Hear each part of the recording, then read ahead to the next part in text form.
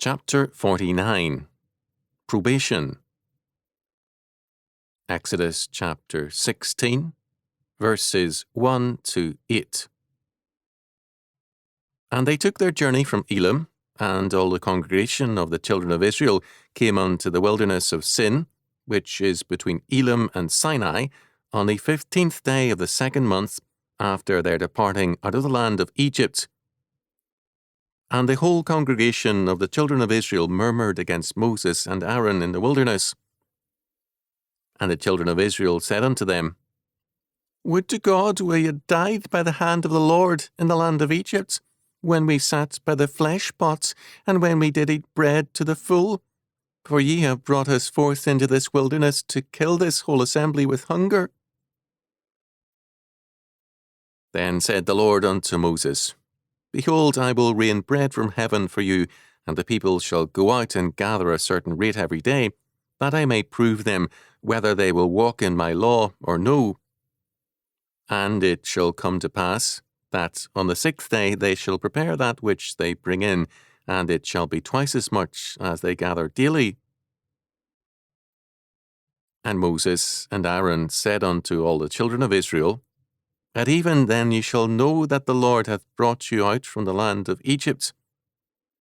And the morning then ye shall see the glory of the Lord, for that he heareth your murmurings against the Lord.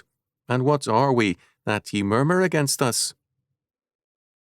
And Moses said, This shall be, when the Lord shall give you in the evening flesh to eat, and in the morning bread to the full, for that the Lord heareth your murmurings which ye murmur against him.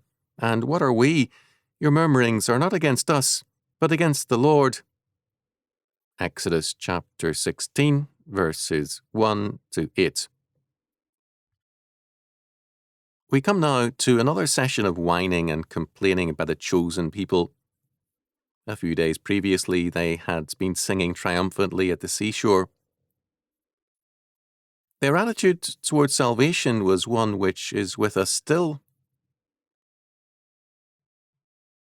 Some years ago, a woman of note told me that the idea that Christians would have to go through tribulation was ungodly, and she could never believe it.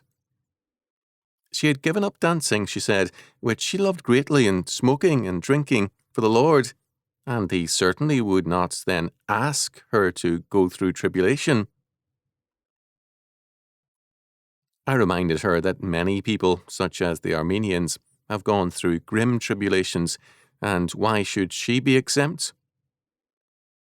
She and her husband then went to another church. The supposition then and now is that salvation must mean deliverance into a trouble-free life. In reality, it is into competence to cope with troubles. Our faith often makes us a target of hostility because friendship with God brings on enmity from the world.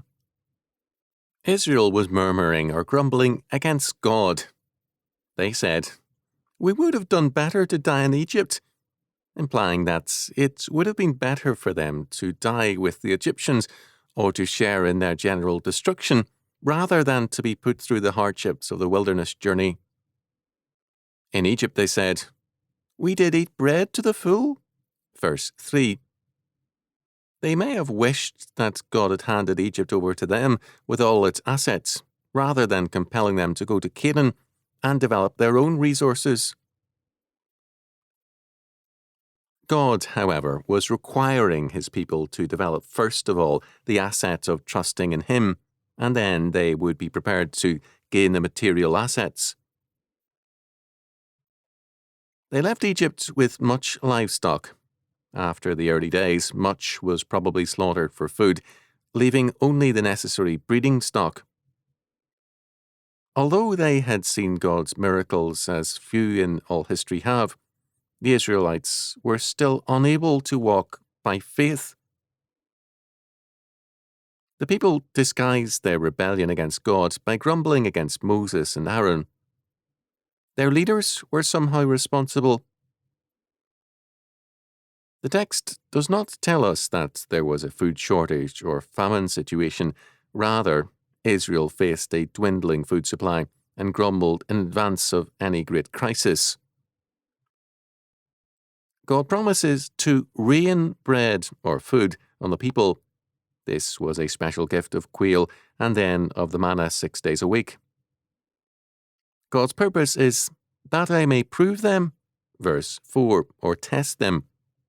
He tests them to see whether they will walk in my law or no, verse 4. God tests men in both adversity and prosperity, and both are tests of faith and character.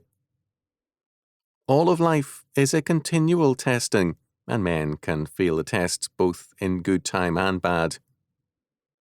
Had this account represented a Hebrew perspective, we would not see so unflattering an account of Israel throughout the Old Testament. God's account through his servants is unflattering of all men. We have in verse 5 the first requirement of Sabbath observance. The manna would be provided for 6 days, with enough on the 6th day to care for the 7th. The meaning of the Sabbath is rest in the Lord. Cessation from work is the outward aspect of an inner trust. The Sabbath rest means that we do not believe that our work and planning determine the future, but rather that God does. The Sabbath is an affirmation of God's providential care and predestination. By taking our hands off our work and planning, we affirm that it is God's purposes that are determinative. In verse 7, we are told that Moses and Aaron told the people, "In the morning, then, ye shall see the glory of the Lord." Kyle and Delitzsch said of this statement, bearing in mind the parallelism of the clauses, we obtain this meaning, that in the evening and in the morning, the Israelites would perceive the glory of the Lord, who had brought them out of Egypt. Seeing is synonymous with knowing. Seeing the glory of Jehovah did not consist in the sight of the glory of the Lord, which appeared in the clouds, but in their perception or experience of that glory in the miraculous gift of flesh and bread. Verse 8. Compare Numbers chapter 14, verse 22. Many years later, Moses referred to this incident in calling God's people to faith and obedience, to faithfulness. All the commandments which I have commanded thee this day shall ye observe to do, that ye may live and multiply, and go in and possess the land which the Lord sware unto your fathers. And thou shalt remember all the way which the Lord thy God led thee these 40 years in the wilderness, to humble thee, and to prove thee, to know what was in thine heart, whether thou wouldest keep his commandments or no. And he humbled thee, and suffered thee to hunger, and fed thee with manna which thou knowest not, neither did thy fathers know, that he might make thee know that man doth not live by bread only, but by every word that proceedeth out of the mouth of the Lord doth man live. Deuteronomy chapter 8, verses 1 to 3. It is this text that our Lord quotes in the temptation in the wilderness, his own time of testing. Tertullian referred to our Lord's statements as his answer to Israel. They had grumbled against God, but Christ returned the reproach to them. In Tertullian's words,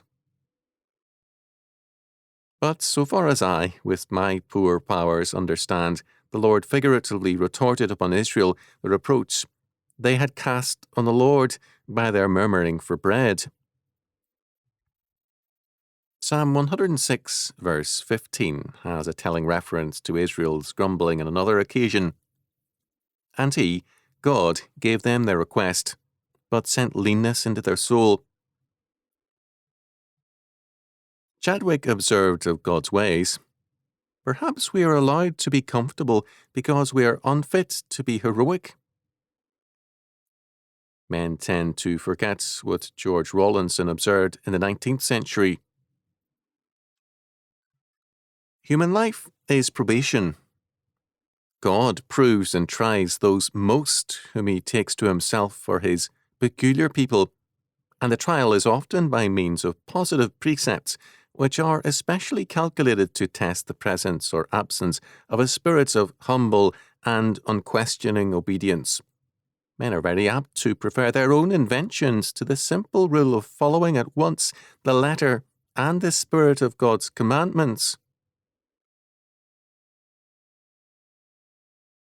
Most men, however, resent the idea of probation and insist on demanding that life on earth be a heaven without testing. The essence of modern politics is the insistence on a heaven on earth as man's entitlement without any necessary probation and work. It is this belief that so readily produces hell on earth.